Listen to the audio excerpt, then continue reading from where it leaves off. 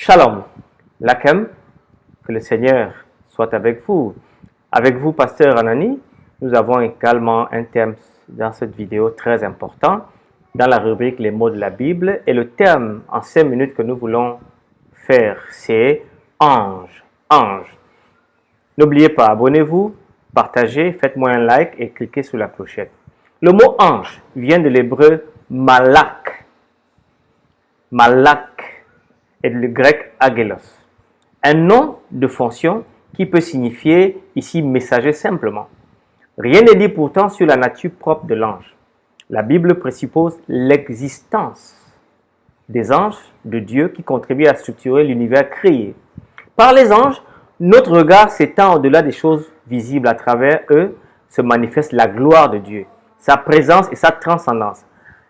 Aussi importe-t-il de ne pas représenter matériellement ces êtres célestes, qui sont même appelés les gloires, dans 2 Pierre chapitre 2 verset 10 ou Jude chapitre 8, ou de les adorer, comme dans Apocalypse chapitre 19 verset 10. L'ange du Seigneur est mentionné dans le prologue et l'épilogue de Matthieu, n'est-ce pas, Matthieu chapitre 1 verset 20 verset 24, une fois dans Luc et 4 fois dans les livres des Actes. Ceci équivaut souvent à l'ange de Yahweh, qui n'est guère différent de Yahweh lui-même, qui se manifeste sous une forme visible. Juge chapitre 6 verset 11 ou Juge chapitre 6 verset 14.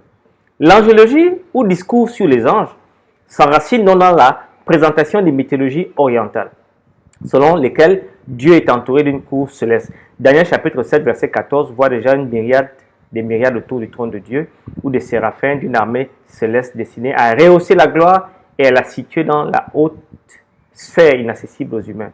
Ézéchiel chapitre 1, Apocalypse chapitre 4 et 5. Les messagers envoyés par Dieu disent la présence de Dieu agissant parmi les hommes. Au cours des siècles, on tend à multiplier leur nombre, à préciser leur fonction dans la cour céleste. Ainsi, vous avez les archanges, les chérubins, n'est-ce pas? 1 Thessaloniciens chapitre 4 verset 16, Hébreux 9 verset 5, Jude verset 9. Et même à les désigner par des noms propres, Michel, Gabriel, Raphaël. Mais notons que seul dans la Bible, il n'y a que 2 anges qui sont nommés, c'est Michael et Gabriel. Gabriel, fort comme Dieu, Michael, qui est comme Dieu, dont la théologie adventiste comprend que c'est Christ. Le sens de cette tradition donc est de manifester à la fois la transcendance et la présence de Dieu au monde entier. Le Nouveau Testament donc ne met pas en question la représentation angélique, mais freine leur prolifération. Dans les évangiles, les anges apparaissent au service de Jésus ici-bas. Matthieu 4 verset 11, Marc chapitre 1 verset 13, Luc 22 43. Ou alors, lorsqu'il va revenir la dernière fois qu'il viendra, la seconde venue dans Matthieu 13 verset 49, 41, 49. Il souligne donc la valeur personnelle des enfants ou des pécheurs convertis. Matthieu 8, 18 verset 10. Leur situation dans la cour céleste aide à comprendre la condition non terrestre des élus. Nous avons une destinée au-delà de la terre. Matthieu 22 verset 30. Le Christ donc est supérieur aux anges.